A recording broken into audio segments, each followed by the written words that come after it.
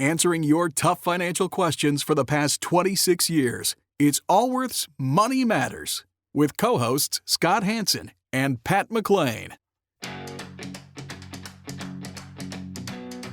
Would you like an opinion on a financial matter you're dealing with? Whether it's about retirement, investments, taxes, or 401ks, Scott Hanson and Pat McClain would like to help you by answering your call. To join Allworth's Money Matters, call now at 833-99-WORTH. That's 833-99-WORTH. Welcome to Allworth's Money Matters. I'm Scott Hanson. I'm Pat McClain. Glad you are joining us today as we talk about financial matters. Both myself and my co-host here, we are both financial advisors, certified financial planner, chartered financial consultant. We meet with people during the week, just like yourself, and come here on the weekends to be your financial advisors on the air. So whether you've got people you're working with now or not, we want you to consider us another advisor for you. Second opinion, third opinion. And I got to tell you, second opinion, before you buy any financial product that you can't get out of, get a second opinion. Please. If it has a surrender charge on it, or if it doesn't price on a daily basis, or if someone tells you the price never fluctuates, get a second opinion. Yes, for sure. Yeah.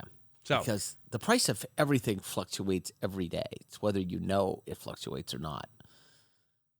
You mean someone to try to, look, before,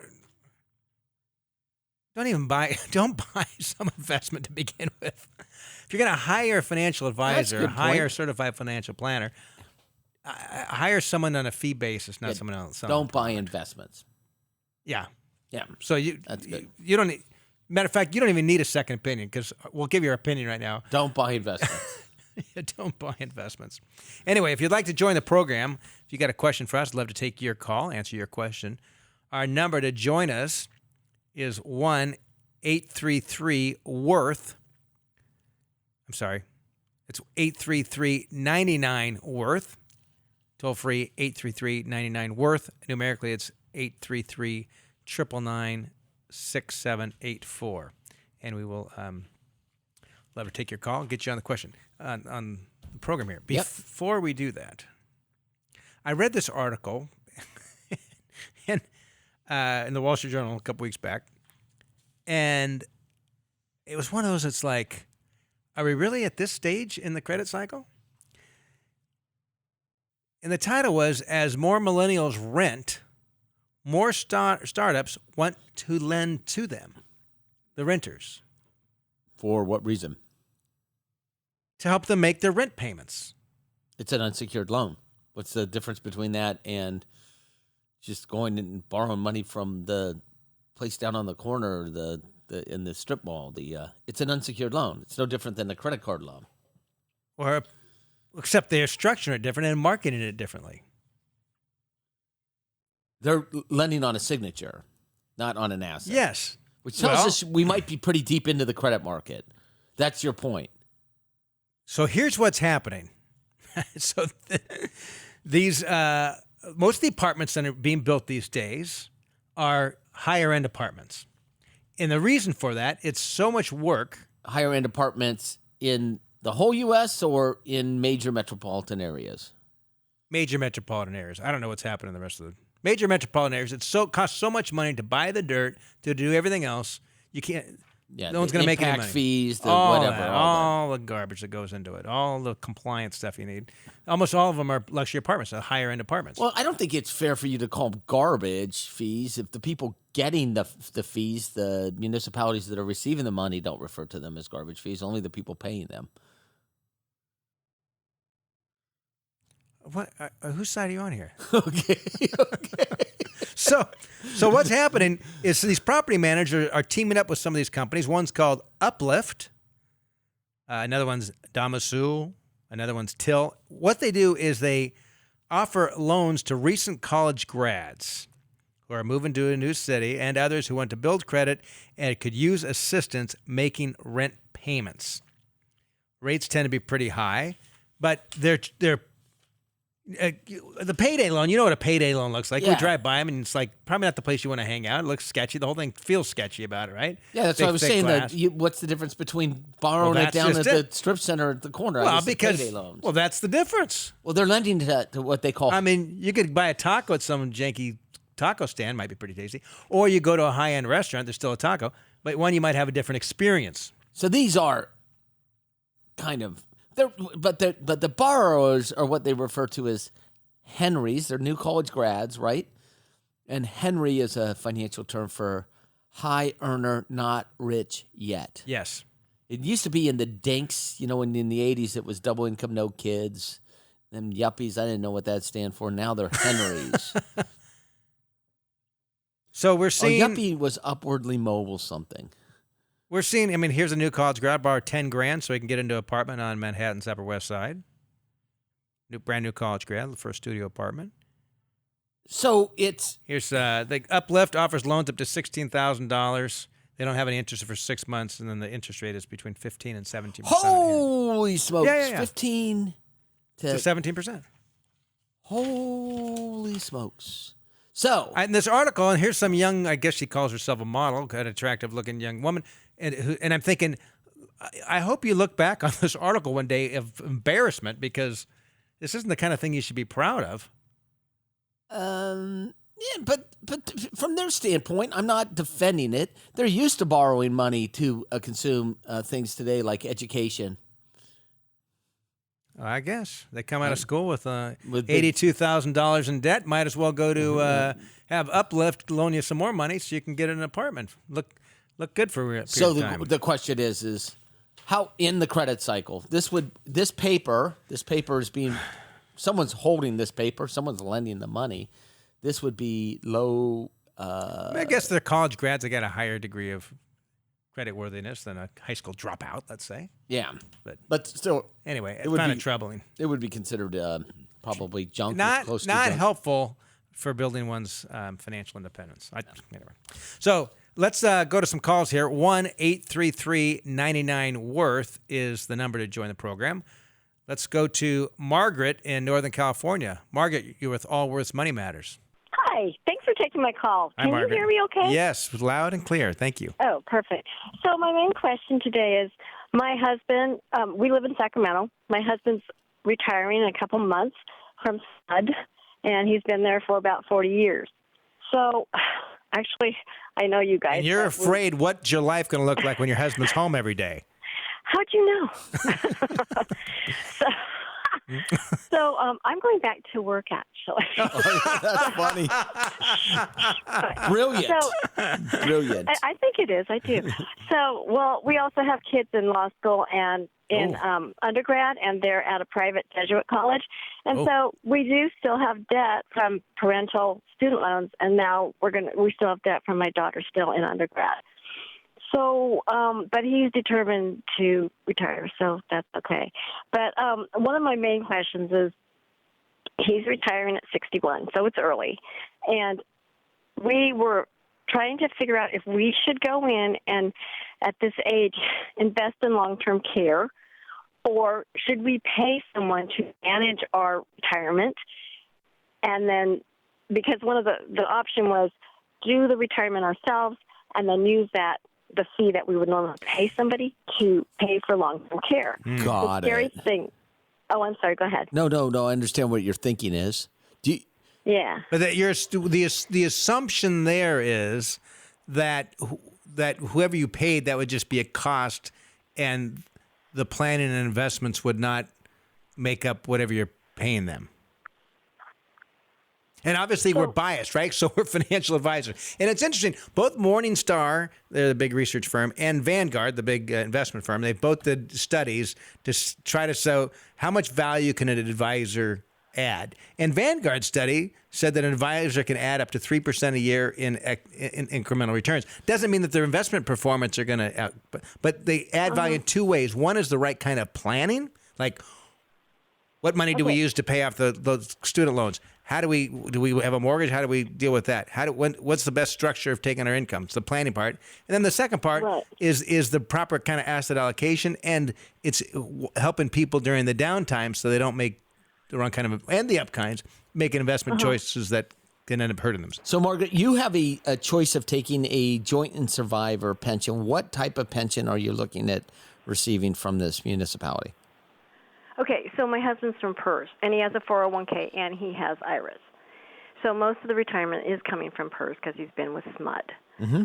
And so I don't know if that answers your question. Well, there's about so in a number of pensions, not just PERS, you have a menu of choices that you can actually receive. So he can take 100% of his pension, and zero goes to you at his death.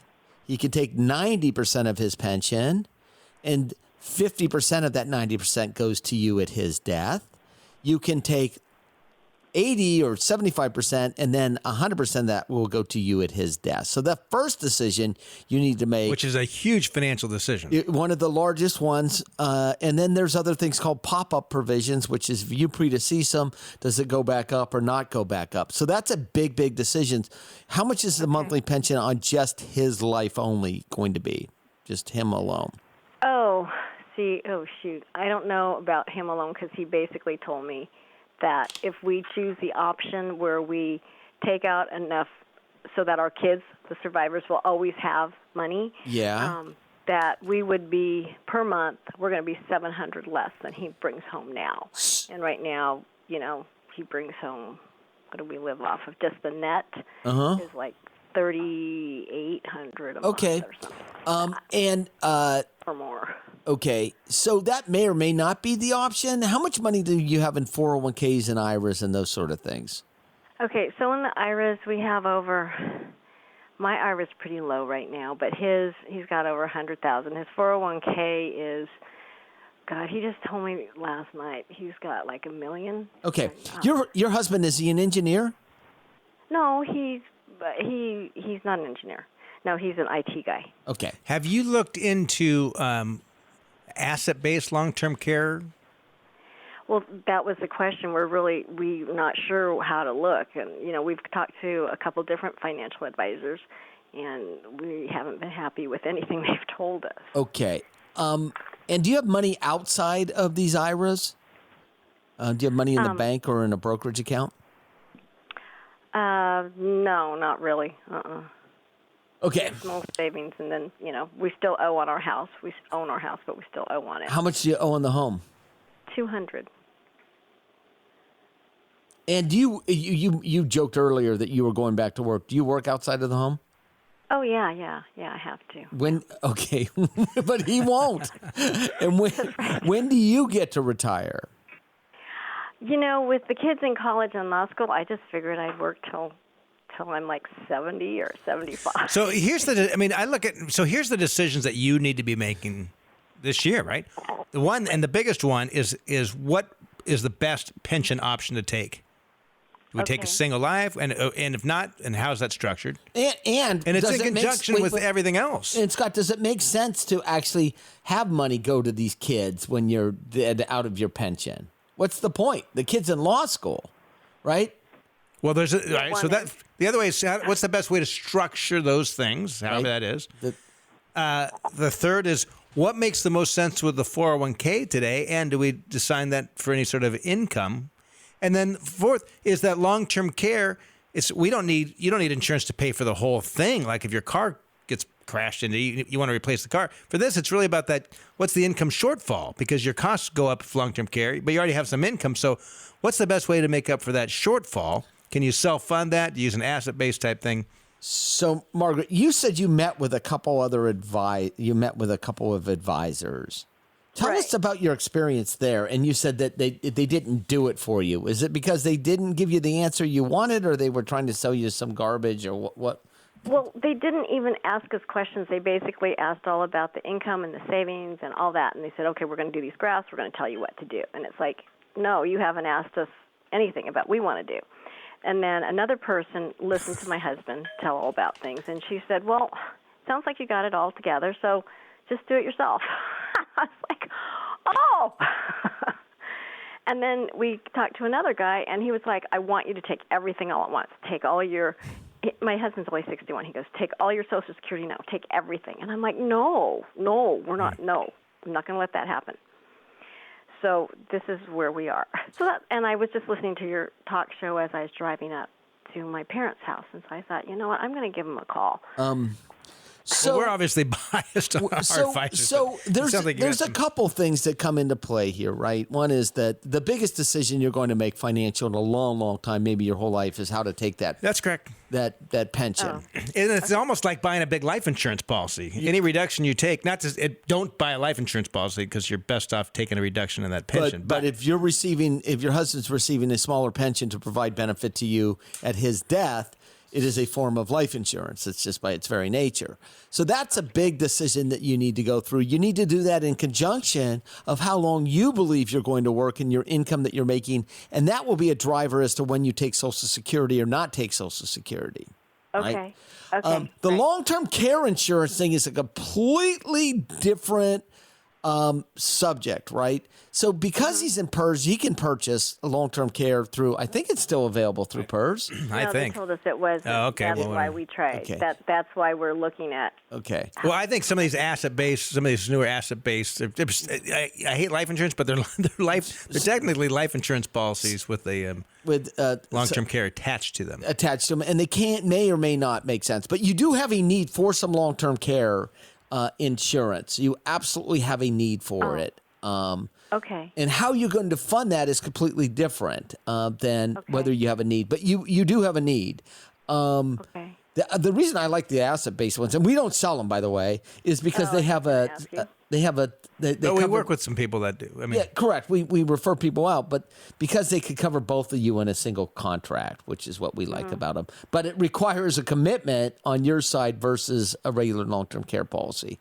You need to the whole list of things, but I wouldn't combine where you at the beginning said, well, if I buy the long-term care, then I won't hire the advisor. Right. well, she hasn't had a good advisor so far. You haven't actually had someone. You haven't had someone that asked the questions. And the biggest thing that I would focus on right now is the Social Security and when and how to take the pension. And then a realistic date for you to retire. So I do some income projections. So, And continuing on, let's head to Colorado and speak with Linda. Linda, you're with Allworth's Money Matters.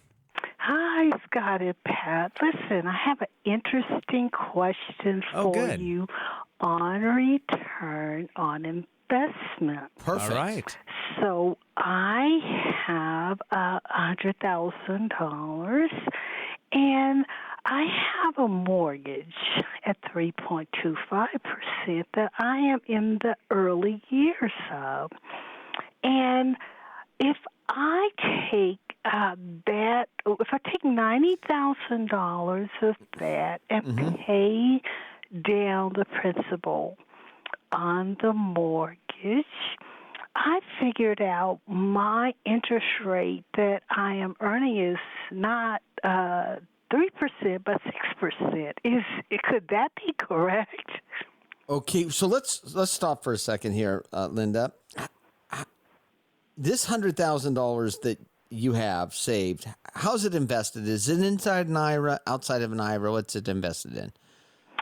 Okay, I was self-employed the most of my life, so it's just in a stock account. So it's not inside of an IRA, No. and it's in stocks. It has stocks and mutual funds in it, or bonds. What's it have in it? Individual stocks. Okay. I have about 7 individual stocks. And how long have you owned the individual stocks? What we're trying to do you know what your cost basis is in these stocks? How much you paid for them? No, I don't know that. Okay, so that's a driver in the decision. So I don't know where you got up with the 6%. So the way the mortgage, whether you're early in a mortgage or many years down the mortgage, is kind of irrelevant because the interest is a simple interest calculation. And simple interest is all that means is we take whatever the outstanding balance is, multiply it by the interest rate. That tells us how much interest we owe. So we know the cost of money on your mortgage is 3.25%. We know that. Guaranteed. So how you got to the 6%, I have no idea. But the answer is it's 3.25% is the cost of money. So then the question is, does it make sense to take this $100,000 and pay down the mortgage. Well, if the $100,000 was sitting in a bank account, a bank CD or a money market, earning less than 3.25%, the answer is absolutely. Right? Probably. But yours is in stock, and if we were to liquidate that stock, you'd have a capital gains hit on it. So how much do you owe on the mortgage completely? The whole mortgage, how much do you owe?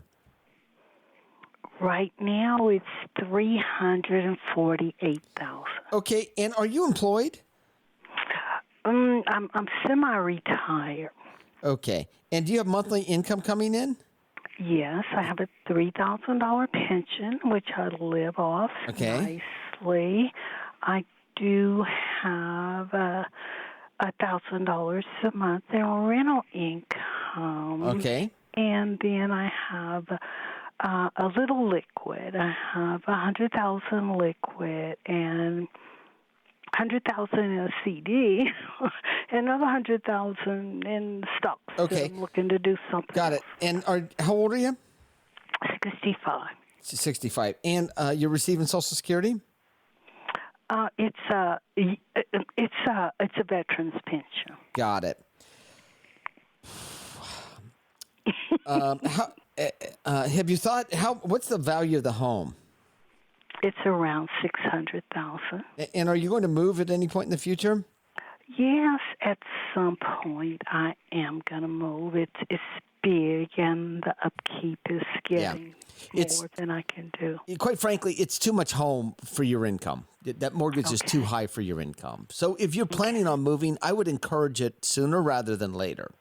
Scott? Yeah, I would too. It's too. You're looking at what in Colorado, home prices are up across the board, but it'd be lateral move. Lateral move, assuming that you're moving within the same geography. So let's say you swap that $600,000 for a $400,000 house, and now instead of a mortgage balance of $348, it's $148. And then I would take. Now I would say, let's take out of your $300,000 savings, let's take the money out and just have the house paid for in cash. So and I would no mortgage payment. And I'd pay with either the CD or the liquid. And probably leave the stocks. Did you have children that you're leaving your estate to? I'd like to leave them something. Okay. So I agree with Scott, but I wouldn't pay it down now. I would actually, if you pay it down, and your mortgage payment's probably still the same, and now. Yeah, the bigger issue is that this house is more house than you can really afford. Well, it's a big mortgage to have relative to your pension. A big mortgage relative to the $4,000 a month you have coming in. Okay. How old is the home you're in? 90 years. 90 years old. Oh, my. Oh, there we go. Even I was afraid you were going to say that. Even more reason, assuming that has it gone through a complete rehab recently? I do something every year, and it's in good shape. Yeah, it's still 90 years old. Yeah, that's sucking up cash. Yeah. That house it's too much house for you. You would enjoy a much nicer lifestyle if you bought a newer, smaller, more efficient home. You're living for this. My guess is most of the money that's coming in is going into the house. Yes. Right? Yes. It's like having a bad spouse. Oh, come on. All right. All right, Linda. Appreciate the call. Yeah, I wish you well. Bad spouse. If you want to be part of the program, 1-888-2-HANSON is the number. So, Scott, can I do stuff for right there? That is what the listeners just heard was financial planning.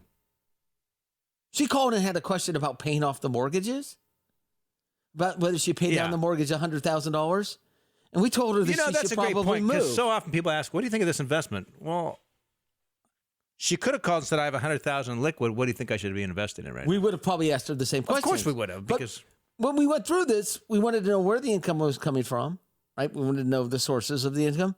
We wanted to know about her and her family. We wanted to know about who she owed money to. And then the big kicker was, how old's the house? Yeah, right. Right? I had lunch with a friend. He says, I'm going to start buying real estate. I said, well, that's your call. He goes, what's the first house you're looking at? He goes, oh, it's 48 years old. I said, well, that's not probably a great idea, right? 48-year-old house and a 12-year-old house or 15-year-old house, Yeah. big difference. Oh, yeah. But my point being is, a good financial advisor, you can ask, this is self-serving by saying that we're a good financial advisor will ask lots of questions before they answer. Yeah, Your 100%. Well, we're getting close to needing a break here, so we will wait until the second half to take some more calls. But just a quick reminder on our website, allworthfinancial.com. If maybe you have not been to our website since we upgraded our name from Hanson McLean to Allworth, but there's got some great educational tools, podcasts, tutorials, guides, Webinars. all kinds of great They things. call them webinars. Huh? Videos, not webinars. Webinars you have to dial into. Videos I don't you know. can watch at any point in time. But in all kinds of different things, if you're trying to help figure out your own retirement plan. or It is some a financial plan. plethora of financial There information. we go. So, allworthfinancial.com. Encourage you to go there. And again, if you want to join the program, 1-833-99-WORTH. We're going to take a quick break, and we'll continue on with Allworth Money Matters.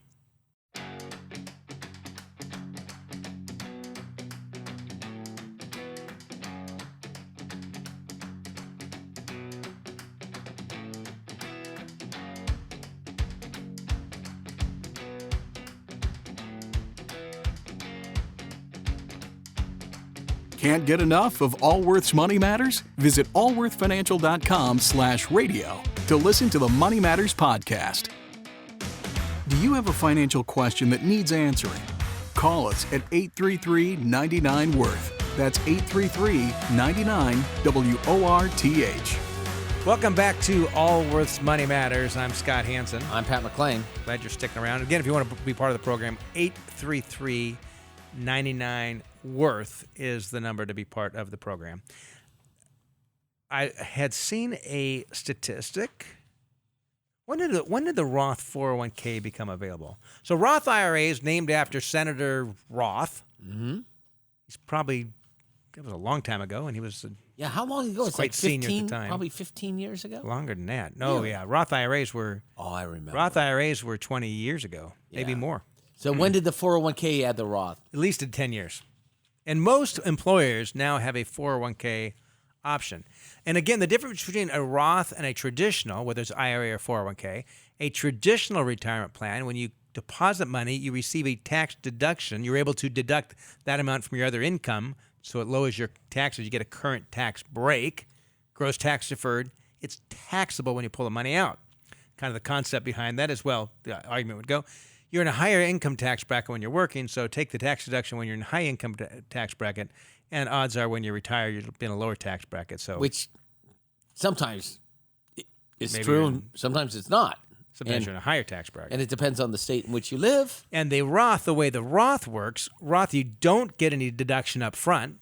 The plans still grow tax deferred, and when it comes out, it is tax free at that time. Well, the majority of Can we for a second though? But remember, the idea behind giving tax benefits for retirement plans, period, is a form of social engineering to encourage a certain type of behavior.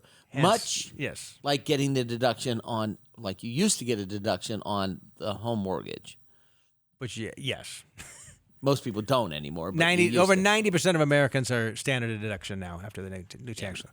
But considering the majority of Americans are in a low income tax bracket, like the first bracket, So most people. Well, so let's talk realistically. Do people? Oh, you're in the lowest tax bracket. Are you putting money into your 401k? well, yeah. I mean, you could have an annual income of $110,000, $115,000, and still be in the lowest tax bracket. Or a single individual of $70,000 or $80,000 Okay. and still be. All right. When you add in the new standard deductions, Yep. which are higher amounts. But we look right now, fewer than 15% of workers who have access to the Roth are actually putting money into them. 85% are still using the traditional plan. I say that's a mistake. They don't understand it. Lack of education as to how it works. Clearly, they don't understand it. Yeah, I don't.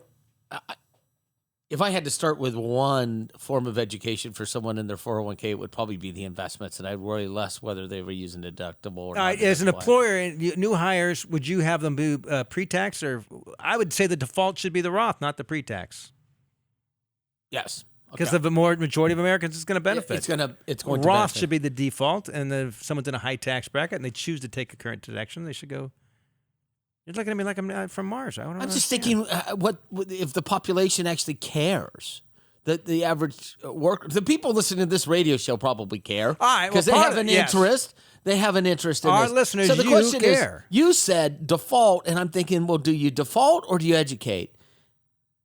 I'm saying both. All right, as a listener, hopefully you're going through the analysis to determine for yourself if you should use a Roth option or a traditional option if you are still working and contributing to your 401k. You probably have loved ones in your life. I'm hoping. Children, grandchildren, any loved siblings. one for most of you. Okay. This might be worth a conversation with them. A Roth. Yes. If your argument was that our listeners probably know you the out difference. there, you are so smart, you don't. This is a wasted advice. Is kind of what you made me feel like.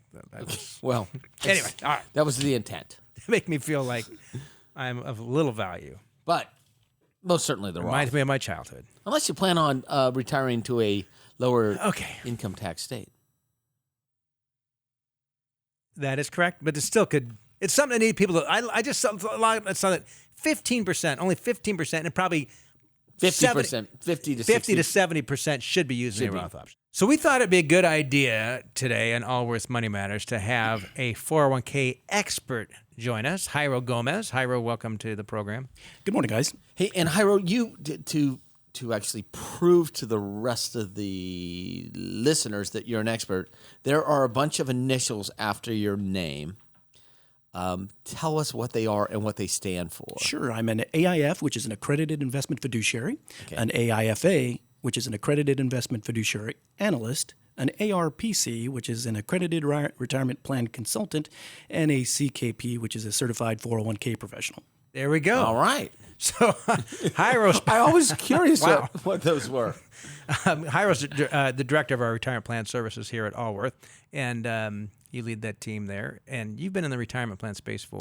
20 years. A long time. Very and you've been long time. leading Allworth's retirement plan division for... 9 years now. 9 years. Yeah, thank you, Jairo. And we've got many employers that we work with that administer their 401k. So in the 401k space right now, some employees are really happy with their plans, and some employees are not happy with their plans. What are some things that an employee can do to be a little proactive, or what are the major issues that employees see that they should draw attention to? And do employers listen to employees about their plans? Absolutely, they do. They want to keep their employees happy as possible. And the purpose of putting the plan together is obviously so they can stop working at some point. So they have to make sure that they're measuring these plans for success, that their employees are actually reaching a goal. Does no good to say, let's debate Roth or pre-tax or asset allocation if you have employees putting in $10 a paycheck or putting nothing into the plan at all. Hence to Pat's point, you should just get them put in savings first. Savings first, and then move. So from you're there. ganging up with Pat against me. Just came on here. Okay. So tell me what that looks like. So you come in. Well, we have our own plan here. How do you educate? I think we have 145, 150 employees, something like that. Correct. I've never gone through the process, nor have I actually been to one of the meetings where you actually explain how the 401k works in my own company, mostly because I have a fairly good understanding of how it works. Tell us what the process looks like with a new employee, and then how do you educate existing employees on how to put the monies in and what they should allocate that way? So I think the strategy really has to be twofold. You have to take it from a plan design standpoint, first and foremost. For many, many years in the industry, it was, here's a booklet, it's come sit in an hour-long meeting, here's a webinar. They're starting to make plans more designed to make it efficient for employees to participate, using the automatic enrollment feature, first and foremost. So once they become eligible, they're automatically put into the plan at a certain deferral rate, 3%, 6%, and unless they opt in, they're automatically going to be put into that plan. Then you strategize with that. You mean opt out? Correct. They have to opt out of it, Okay. or else they're automatically put into the plan. Tie that in with an auto increase feature. So if you're putting them in at 3% is the most common that's out there, I would suggest 6% is probably a better number because the opt-out rates are exactly the same between 3 and Is that 6%. It's about an 80% participation rate when you go to an opt-out formula. And it stays at 80% with 6% versus 3%. So why wouldn't you put an employee at 6 and get them to save more? And many plans have a waiting period before you're eligible, or just a lot of? I mean, I'm just thinking. So an employee, a company hires an employee. Their take-home pay is $3,000 a month, which whatever the number is. Well, you got to make it handsome. You got to make Allworth sound more attractive to work than that. I'm not talking about our company. Any company. You're talking about an auto enrollment. So Correct. I'm just thinking if it's a 6-month wait, someone's used to getting $3,000 a month, and one day they get a paycheck and it's a pay cut. I would think that would be a time when they'd say, "Hey, I want to quit this." So some of it really depends on the employer themselves. What's the matching formula? If it's a very rich matching formula, or they have high turnover in the organization, they might say, you know what, we want to make them wait just a little bit longer before they can become eligible for the plan. And the longest they can wait is a year. So they can make it immediately, 3 months, 6 months, or make them wait up to a year before they're eligible for the plan. And what are you finding out there? What are the major issues the shortcomings in 401k plans that plans could do better? Because there's some great plans out there. And I know a lot of our listeners, a lot of you out there, some of you have great 401ks and some of you have problem 401ks because you call us and say, my 401k stinks. So what are the biggest issues and how can someone get their employer to do something about them? The massive issue right now, and we're still seeing it from a but from a legal standpoint, we're seeing a boatload of lawsuits with regards to fees. Employees have no idea what they're paying. It's just deducted out of their accounts, and they have no idea as to what I'm being charged. And these are some big companies. I know Ameriprise at one point in time, were they not sued by their own employees? Their own Almost employees. everybody. Yeah, Right. their own employees sued Ameriprise. Which yes. is a retirement plan provider in addition to being an investment advisor. Walmart, Caterpillar, MIT, Yale, they've all been sued for excessive fees. And so how's that work? I mean, why were the plans built with investments that were excessively expensive? Sometimes it's a conflict of interest issue. That's what happened with the Caterpillar case. Was that they had target date funds by Vanguard, which were very low-cost investments, and they moved them to a different fund provider that was charging more money, but they could use that excess revenue as an offset to different fees for their payroll systems and things like that. So there was a complete conflict of interest between the plan sponsor and the vendor. And a plan sponsor, they have a fiduciary responsibility to their employees. What is a plan sponsor? The employer. The person at the company that's in charge of the plan. That's exactly it. And They're they call sponsoring it the plan. They can't call it a plan sponsor because sometimes it's the union that is a plan sponsor, correct? Correct. Or, Who's the one that is sponsoring the plan? Is it the union? Is it ABC Inc.? Is it Allworth? Who is the one that's sponsoring the plan? Got it. So they've got that liability to make sure they're doing what's in the best interest of the employees and their beneficiaries. We've seen some lawsuits in some of the major employers. Have there been lawsuits in some smaller employers as well? At this point, it still hasn't come down market. The smallest one that we've seen has been a $19 million 401k plan that the lawsuit basically was dropped after a few months. Yeah, because there's not enough money for the attorneys. That's exactly what it is. yeah. Yet. Yeah, they will at some time get really good at pushing these things Process, through. And yeah. then, For a business owner, that really should be a concern. That's the low-hanging fruit out there. That, you might have somebody that's going to come out and say, hey, we see what your fees are. We've got a group of employees together.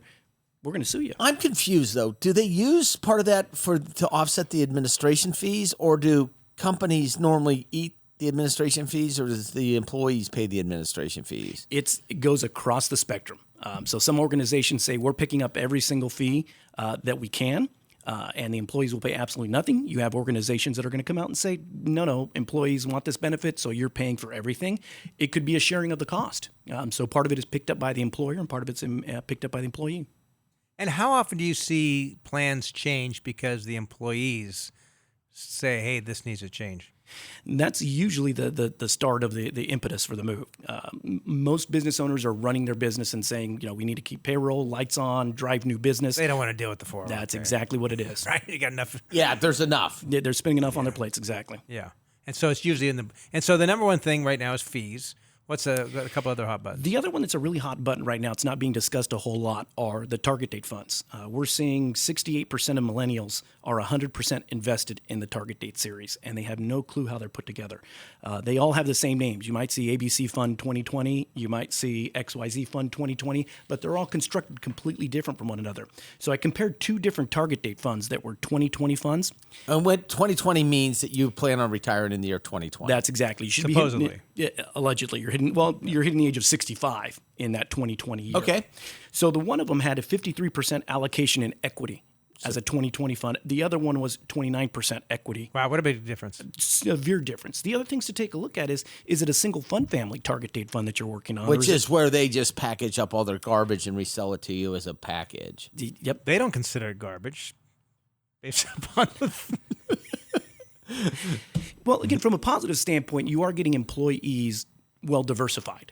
So, a lot of times before these target date It's funds, better than nothing. That's exactly the case. But you need to know what's the glide path on this fund. Are you starting off at 90, 100% equity or 80%? And then at what point does it start to drop down and get to a conservative? So if I'm a conservative investor, 55% or 53% might be a huge equity exposure for me. But in the end, it's better than how it was, but it's not optimal. That's correct. And part of it is, you might index a portion of your equity exposure and may index a portion of your bond, but you may actively manage a portion of your bond. But typically, fund managers, the people that manage the assets, are typically better at one thing than another. We know that. Absolutely the case. Absolutely. What the are case. some other biggies? I had mentioned the Roth because I'm not more people. Do most plans offer Roths now that you see? We're starting to see more plans really start to offer that feature. And when I'm doing educations, I'm going to lean more towards you on this one, Scott. I tend to get the younger, lower wage earners to say you should be doing Roth in your 401k plan. Yeah. For some of the higher net worth earners, the other thing that's a benefit for the Roth 401k is there's no adjusted gross income. So in the Roth IRA, you could phase out if you make too much money, not be able to contribute to it. But in a Roth 401k side, you can make $200,000, $300,000, $400,000 a year and still contribute up to $25,000 worth of Roth. Perfect. Something want to do. Now, the other key thing to take a look about when we talk about Roth, because again, a little different than IRAs, any contributions that your employer makes can only be pre-taxed. Which makes sense. Right, exactly. But you're always... Yeah, they want the tax deduction. Yeah. They definitely want the write-off. Now, again, the big thing for that is going to be making sure that the employees understand that part of their money is going to be tax-free and the other part's going to be taxable. All right. Well, Jairo, thank you very much for taking some time to join us today. It's been Jairo Gomez, our Director of Retirement Plan Services at Allworth Financial. And thanks for being part of the Allworth team. Thank you, guys. Yeah, I greatly appreciate it. So, also, as you know, part of this program is taking some calls. So, if you would like to join us, 1-833-99-WORTH is the number. 833-99-WORTH. And we're going to go to Joe. Joe, you're with Allworth's Money Matters. Yeah, morning, guys. Love the show. Thank you.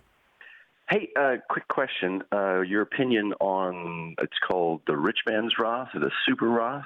My wife and I maxed out our 401k, and we have some money that we'd like to invest, and we're just looking at a couple of the options, and that's, I suppose, one of them. All right, so this is new to me. I've never heard this, but I bet it's a life insurance policy. This is new to me.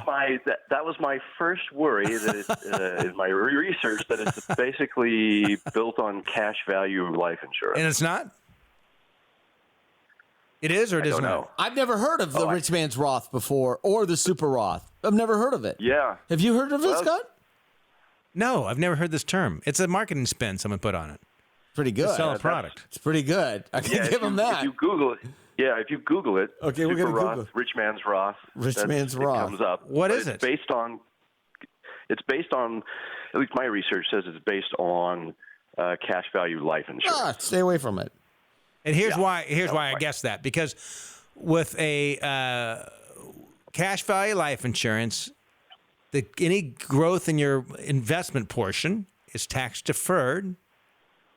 And when you want to pull money out, you can pull out your cost basis first. So let's say you put $10,000 in, you can pull your $10,000 out before any taxes. And then any growth from there, you can take out via a loan. You borrow against your own policy. But there's another. And then you've got all the high insurance costs. And assuming you need let's say you don't need a life insurance, paying for life insurance.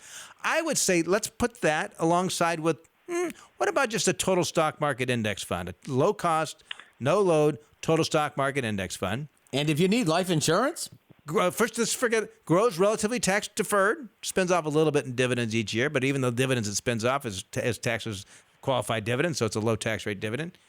Grows tax deferred. Over the long term, you go over a long period of time, you take a 20-year period. There's never been a 20-year period where stocks have not outperformed bonds, which is what insurance companies primarily invest in. So you've got this tremendous growth there. And then when you want the money, if you don't want to pay taxes, if you do want to sell it, you've got capital gains tax, which is much more favorable than ordinary income like life insurance would have.